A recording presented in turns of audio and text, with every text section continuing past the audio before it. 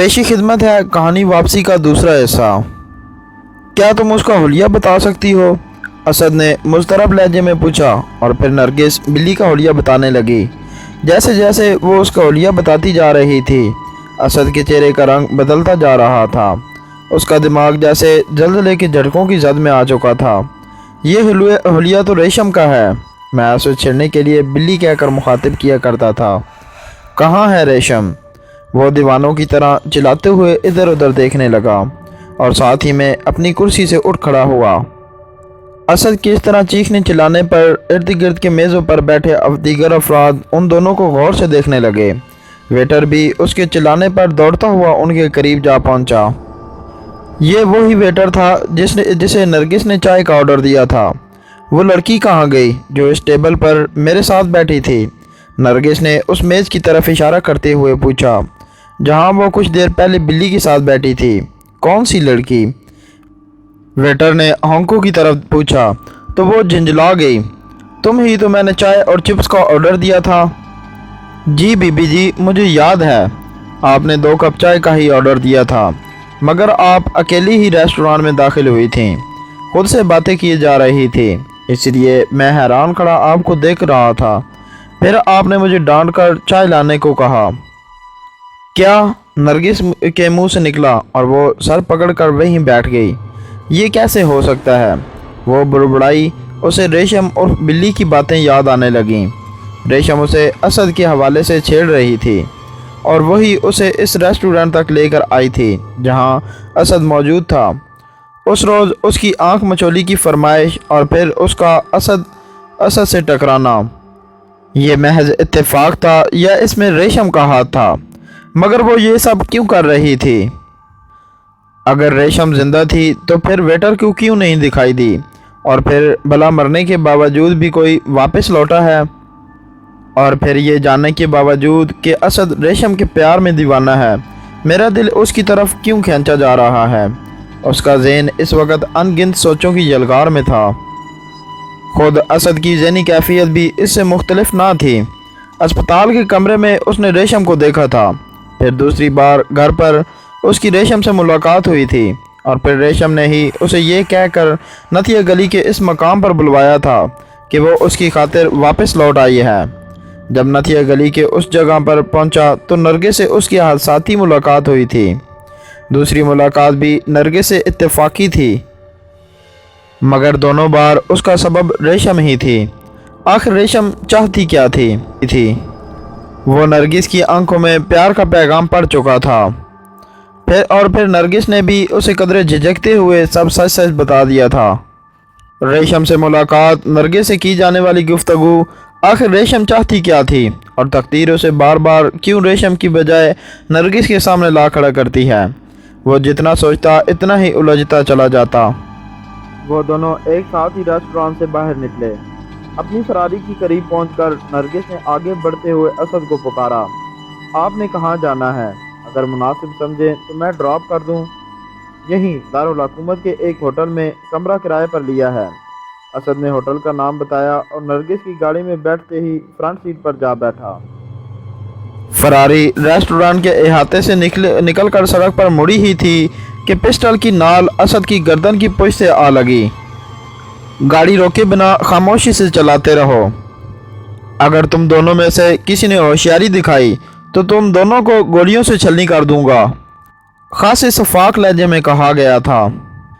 असद ने मुड़कर देखा तो कनपटियां साएं साएं करने लगीं। ये वही स्याह शख्स था जिसने उस रोज़ रेशम और असद पर गोलियां चलाई थीं। इस वक्त वो उन पर पिस्टल ताने अकबी नशिस्त पर बैठा था। असद की रगों का सारा खून सिमट कर गोया आंखों में उतर आया था। इससे पहले कि वो अंजाम से बेपरवाह होकर स्यारों पर झपट पड़ता, वो उसका इरादा भांप गया और घुर्राया।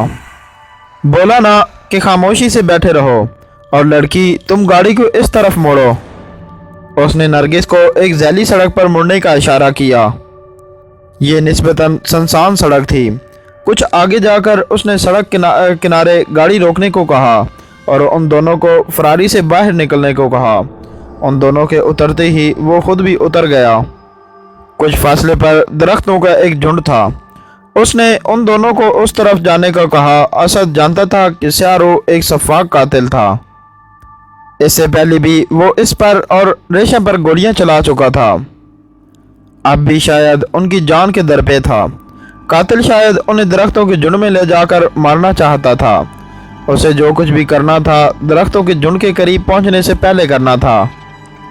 असद ने गैर महसूस अंदाज में अपने चलने की रफ्तार धीमी की। अब कातिल उससे महज चंद कदमों के फासले पर था। फिर वो चलते चलते अचानक दाएं पांव की एड़ी पर घुमा और उसके दूसरे पांव की ठोकर कातिल की पिस्टल वाले हाथ पर लगी और पिस्टल उसके हाथ से निकलकर एक तरफ जा गिरा। अगले ही पल उसने जोरदार घूंसा कातिल के जबड़े पर रसीद किया। कातिल चंद कदम पीछे लड़खड़ाया, फिर किसी वैसी सांड की तरह असद पर पल पड़ा। वो मशीनी अंदाज में असद पर लातें घून से बरसा रहा था। असद को बेशुमार आहनी ज़रबात अपनी जिस्म पर सहना पड़ी। असद एक वकील था, जबकि उसका मुकाबिल शफाक कातिल और स्ट्रीट फाइटर था। वो जान चुका था कि ज़्यादा देर वो कातिल के मुकाबले पर नहीं ठहर सकता। खुशकिस्मती से एक मौके पर असद का दाव चल गया। उसकी स्ट्रीट के कातिल की टांगों के बीच नाजुक मकाम पर लगी। वो औं की आवाज़ निकालता हुआ रकू के बल झुका। उसी लम्हे असद की निगाह एक तरफ पड़े कातिल के पिस्टल पर पड़ी, जिसे उसने उठाकर कातिल पर तान लिया। कुछ देर बाद कातिल के औसान बहाल हुए तो वो सीधा खड़ा हो गया। अब शराफत से बताओ तुम कौन हो और उस रोज़ हम पर क्यों गोलियां चलाईं? क्या बिगाड़ा था हमने तुम्हारा? वो गैज़ो गज़ब से दहाड़ा। मैं तूफ़ान खान हूँ, किराए का कातिल भी कह सकते हो। पहले कातलाना हमले में बचने के बाद तुम मोहतात रहते तो शायद ज़िंदा बच जाते, मगर तुमने इस लड़की से राह रस्म पैदा करके अपनी मौत के परवाने पर दस्तखत कर दिए हैं। अब तुम्हें हर हाल में मरना है। पिस्टल असद के हाथ में होने के बावजूद वो ज़रा बराबर भी नहीं खौफज़दा था। तो तुम इस तरह नहीं मानोगे, ठीक है, पुलिस खुद तुमसे सच उगलवा लेगी। असद ने दूसरे हाथ से अपने कुर्ते की जेब से मोबाइल फ़ोन निकाला और पुलिस हेल्पलाइन का नंबर डायल किया ही था कि फ़िज़ा गोलियों की तड़तड़ाहट से गूंज उठी। निशाना यकीनन असद ही था, मगर वो बरवक़्त नरगिस को लिए हुए एक तरफ गिरा और लुढ़कता हुआ सफारी की आड़ में पहुंच गया। एक हैवी मोटर बाइक थी जिस पर बैठे शख्स ने हेलमेट में अपना चेहरा छुपा रखा था।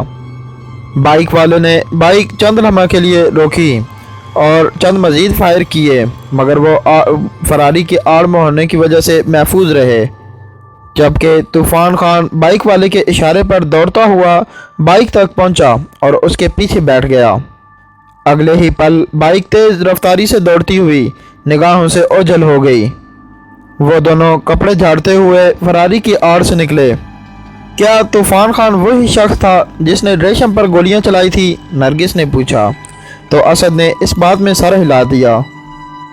मैं नहीं जानता कि ये कौन है और किसके कहने पर इसने गोलियां चलाई थी, मगर अब तो ये साफ जाहिर हो चुका है कि तूफ़ान खान अकेला नहीं, ज़रूर इनका कोई और ग्रुप भी है। मगर क्यों? ये मेरी जान की दुश्मन है और फिर तुम्हारे साथ चलने से इन्हें क्या तकलीफ़ होती है, मैं ये भी नहीं जानता। इस दौरान असद पुलिस को इतला दे चुका था। पुलिस वालों ने जाए वक़ूआ पर आकर मुआयना किया और तफ्तीश के बाद रुखसत हो गए। फरारी की बॉडी में चंद गोलियां भी लगी थीं, इसके बावजूद वो बआसानी स्टार्ट हो गई। नरगिस ने असद को होटल तक ड्रॉप किया। दोनों में फ़ोन नंबर का तबादला हो चुका था। असद का ख्याल था कि रेशम फिर नरगिस से मिलेगी। इस सूरत में नरगिस उसे कॉल करके इतला देती रहेगी। उसी रोज़ असद की मोबाइल फ़ोन पर मकबूल अहमद की कॉल आई। असद, तुम कहाँ हो और ये क्या करते फिर रहे हो? अभी कुछ देर पहले एक निजी टीवी पर खबर चली थी कि तुम पर और किसी नरगिस नामी लड़की पर कातलाना हमला हुआ है। वो तशवीशज़दा लहजे में पूछ रहे थे। असद ने उन्हें तफसीलात से आगाह करते हुए और नरगिस के बारे में बताते हुए कहा, अंकल समझ नहीं आ रहा, नामालूम हमला आवर कौन है और मेरी जान क्यों लेने पर चाहते हैं, और फिर रेशम का नरगिस से क्या ताल्लुक़ है? तकदीर क्यों नरगिस को बार बार मेरे सामने ला रही है?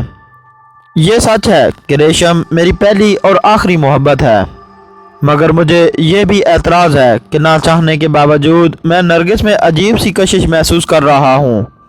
میرا دل اس کی طرف کھنچا جا رہا ہے۔ یہی کیفیت خود نرگس کی بھی ہے، بلکہ اس نے تو صاف لفظوں میں اظہار محبت کر دیا، یہ جاننے کے باوجود بھی کہ میں ریشم کو چاہتا ہوں۔ دوسری طرف سے مقبول صاحب نے ایجانی لہجے میں کہا، کیا تم مجھے نرگس کی تصویر بھجوا سکتے ہو؟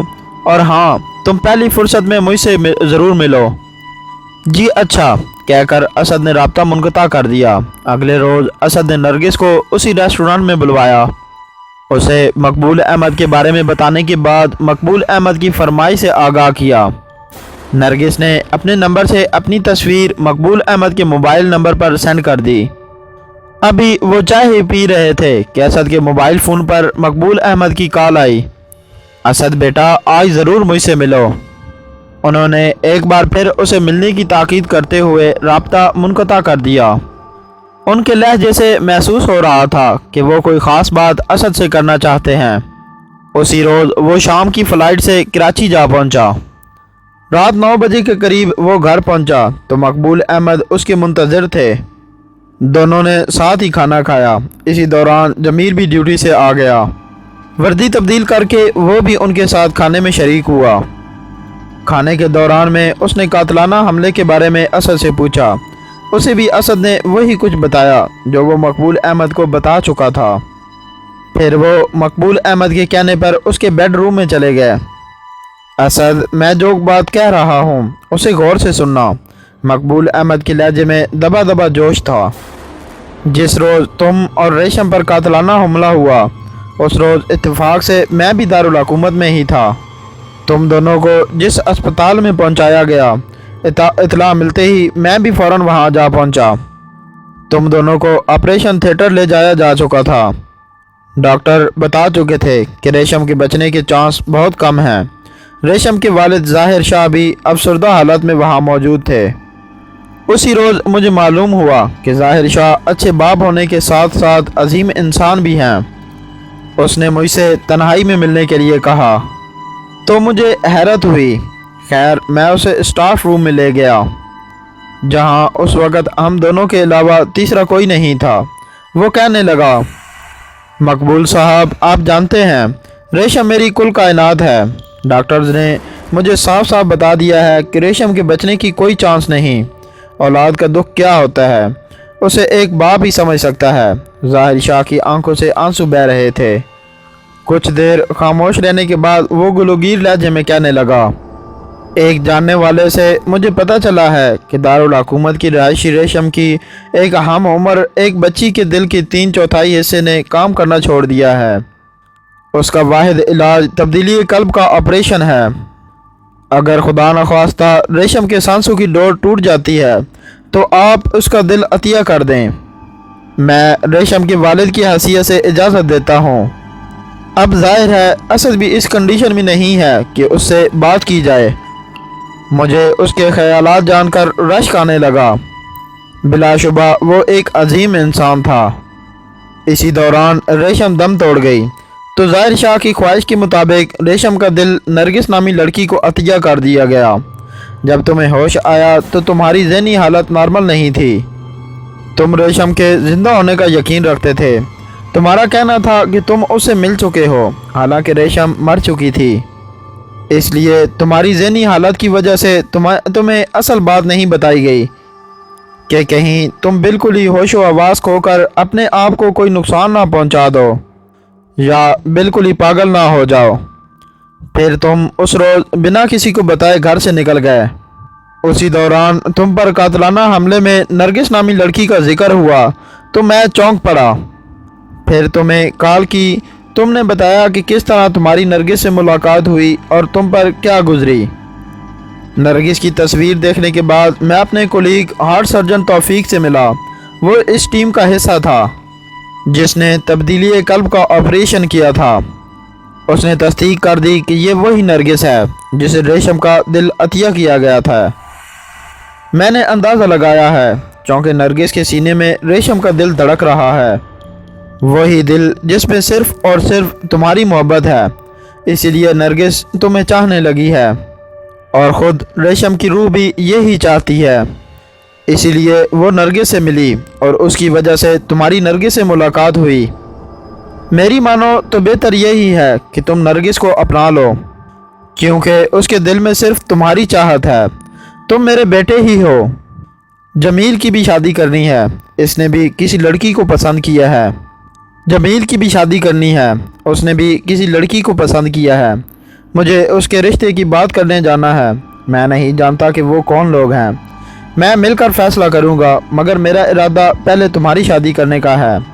बेहतर यही है कि मैं नरगिस के घर वालों से मिलूं। रेशम की कब्र कहाँ है? असद ने उनकी बात सुनने के बाद भराए हुए लहजे में पूछा। उसकी आंखों से आंसू बह रहे थे। रेशम की मौत का यकीन हो जाने के बाद वो सदमे की कैफियत में था। मकबूल अहमद ने सर्द आह भरते हुए कहा, उसे वहीं दारुल हुकूमत के एक कब्रिस्तान में सुपुर्द खाक किया गया है। असद की उदासी के पेश नज़र मकबूल अहमद ने फ़िलहाल नरगिस के मौजू पर उससे दोबारा गुफ्तगू ना की। अगली सुबह असद ने दोबारा दारुल हुकूमत जाने का इरादा किया। वो रेशम की कब्र पर जाना चाहता था। जमील और मकबूल अहमद ने उसे गले लगाकर रुखसत किया।